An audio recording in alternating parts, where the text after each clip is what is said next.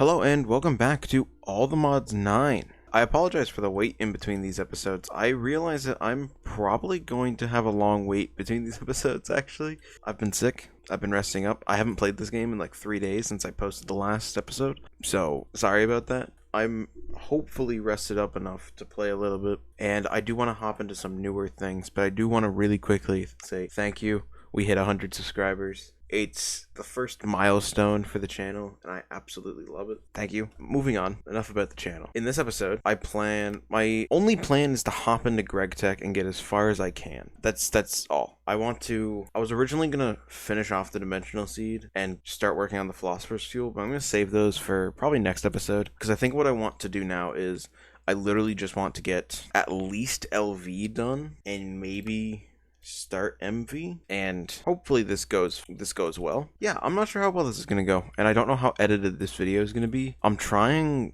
to cut back on the editing, because as much as I enjoy it, it takes a long time, and I just don't really have the time. It's unfortunate, but I'll try to find a good balance between editing and style, because I do really like the effort that I put in. It's just not sustainable. So I will be working on trying to get some sort of set amount of, edits and all that, see what we're going to work with. On to the actual episode. First, all we need is Steam. Well, actually, first, we need a room to work in, so let me just really quickly...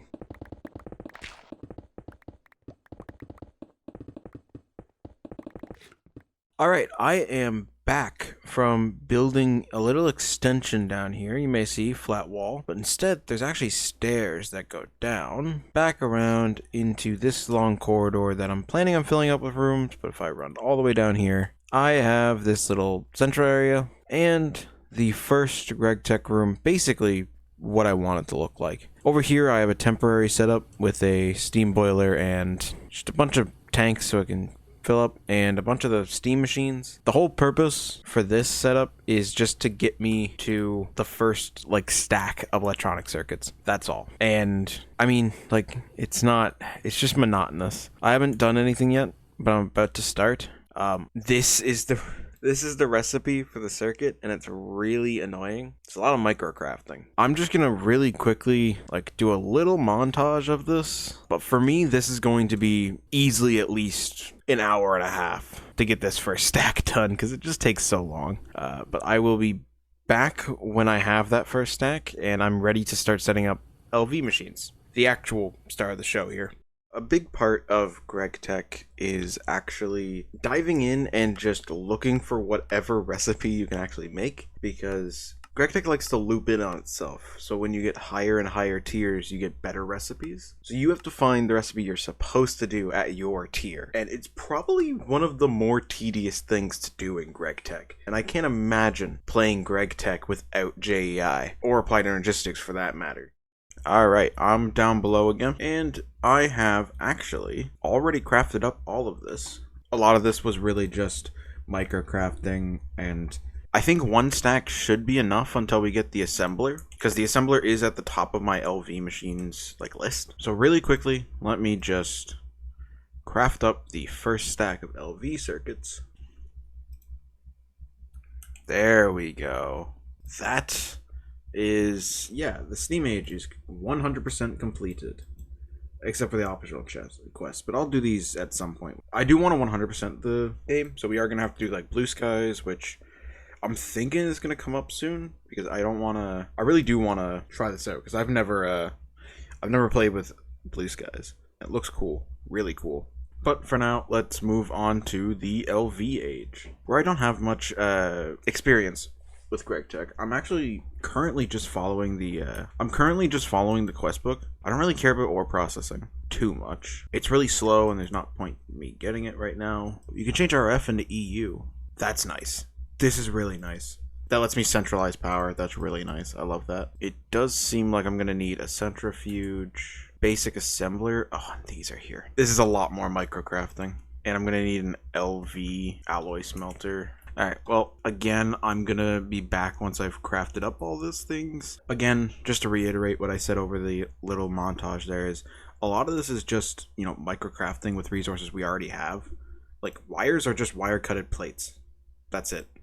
And this wire cutter is not that bad to make. You can make it out of pretty much anything. Tin rotors are just, it's a lot of microcrafting until we get like the fluid solidifier and such and the assembler. So I'm not showing it because it's not interesting, and I mean, it saves me a little bit of editing, to be honest. And I will see you when I have the first LV machines ready to set up. Really quickly before I actually start something else, I do actually want to claim all my quests.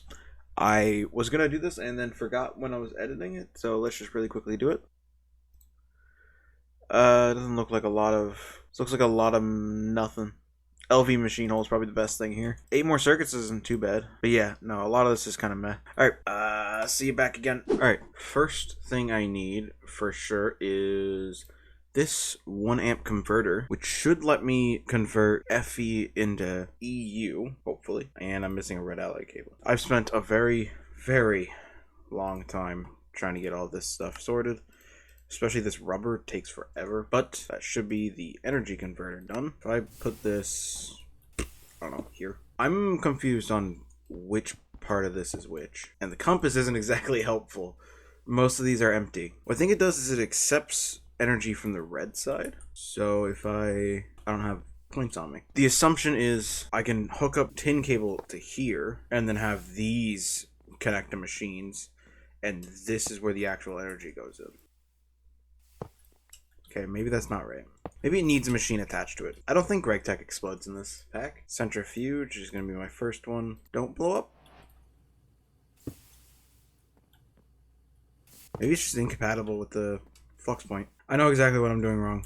Hold on. Yeah, as you guys can see here, I have, this is so loud, but I've set up 3 of these extractors and 3 of these alloy smelters just to get this done. Is this enough? Yes, I do need 4. There we go. Because I need a soft mallet. I think the rubber is the best one. Don't explode. It's definitely not exploding,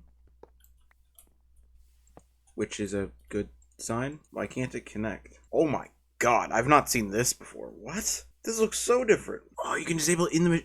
This looks so cool, actually. Hold on, I need my wire cutters. Why are you not getting... This should be working. I'm really confused. I'm gonna figure out how to use this first. I'll be back. Alright, I'm back. This is what was broken. Here's what was wrong. The input is on the green side for some reason. I don't know why there's multiple inputs, but I would much rather there would be multiple outputs, but whatever. I have this now. This is the better resin, so I can actually just take apart all these.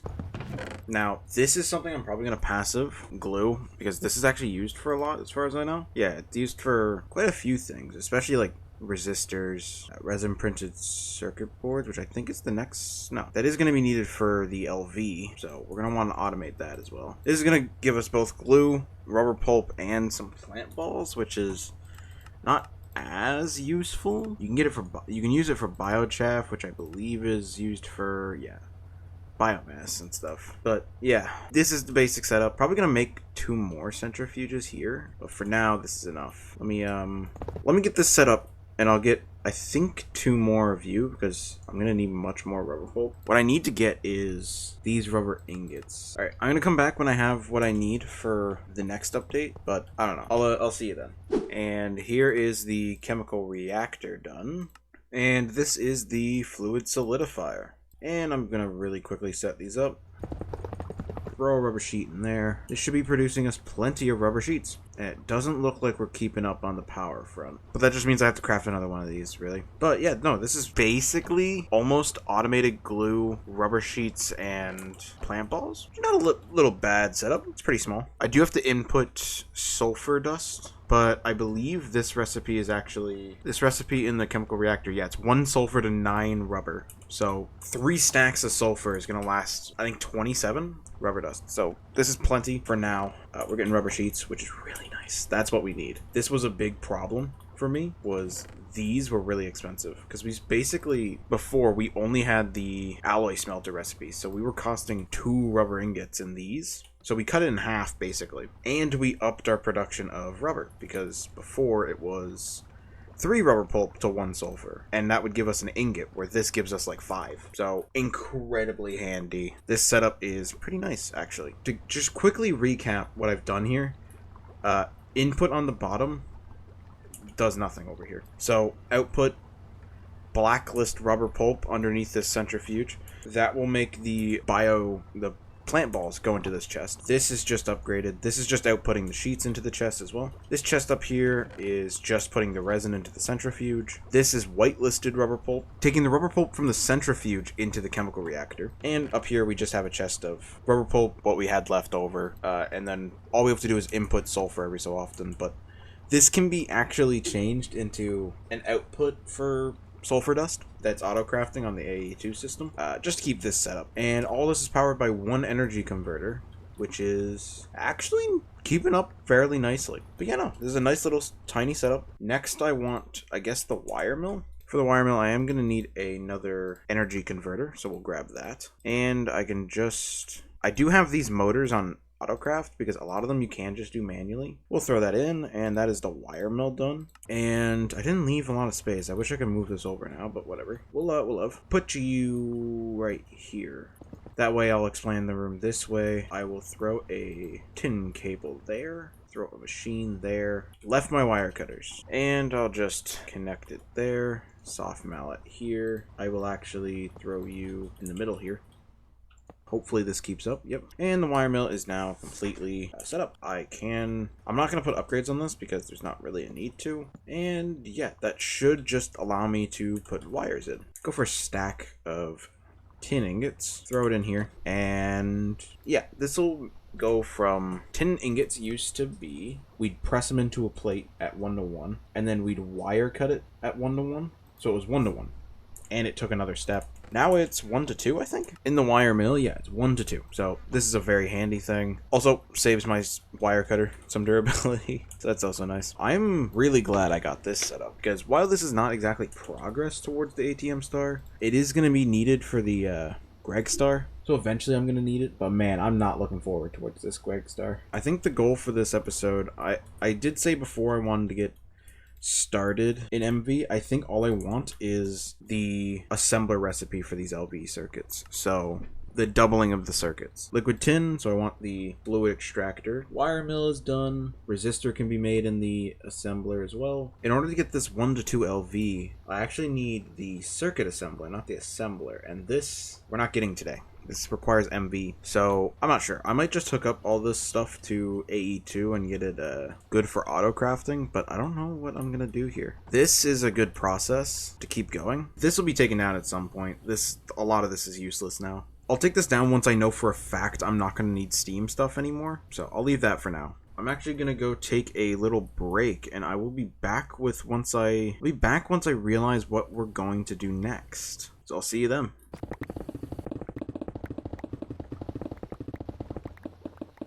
Welcome back. It is the next day, but I've only played for, I don't know, like half hour after what I did last. So here's what I've done. You see a little sneak peek there, but I'm going to show you the underneath first. I've carved out this, as you saw. I've got all the ME cables set up. Still not sure how I'm going to do this exactly, but hey, whatever.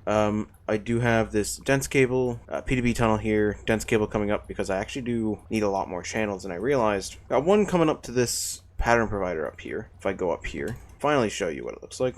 I've got this mess. This pattern provider it's literally just for wires. On this output settings, I can just set it to auto output and then allow input from output side.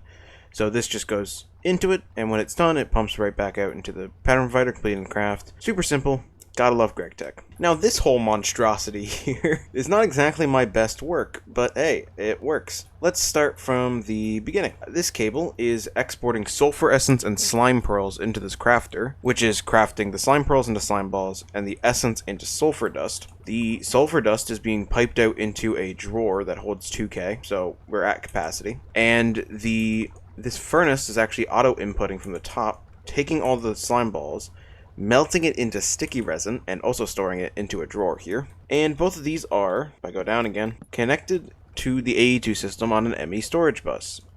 Priority plus 1000, just so that that's where it all stores. From there, all of these are connected to the AE2 system. So what I have set up is I have a export bus here, acceleration cards that is exporting sulfur and rubber pulp. Both of those are stored here. So the AE2 system has access to it. It's going to pump into here. It's going to auto output to the top where the liquid rubber tank is. This liquid rubber tank is attached to a storage bus, which means that I have access to the liquid rubber in my AE2 system. Before I get ahead of myself, in order to get the rubber pulp, I have this exporting the sticky resin from over there into the centrifuge, which then outputs the contents into this drawer network, and fluid, the glue, goes into here, which also has a storage bus. So this is where I'm storing all my glue. And then I just have a pattern provider over here with the rubber sheet and the basics fluid solidifier. And on top I have auto output, allow input from output. So if I go over here, I already have almost 1,000 rubber sheets. So there's not really a need for me to have this right now. But if I just craft 10, you can see it's going to start going up. Yep.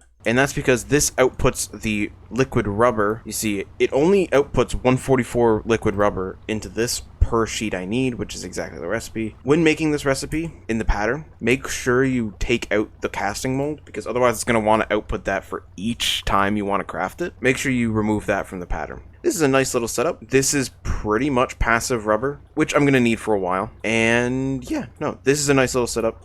I've got these ultimate tanks, so there's plenty of storage for the rubber and the glue. All this is connected to the AE2 network. And this is basically how I'm going to do all the auto crafting of these machines in the future. And actually, I do think this is where I'm going to leave the video off. A little bit of a shorter one, I think, but I do want to get this video out. It's been a while since I uploaded. I did miss my deadline for the last one because I was sick, and I made a post about that. Really glad for everyone who commented on that. It was awesome. Thank you. I want to thank you again for the 100 subscribers. It's a lot. It means a lot. And yeah, thank you for watching, and I'll see you in the next episodes of All the Mods 9.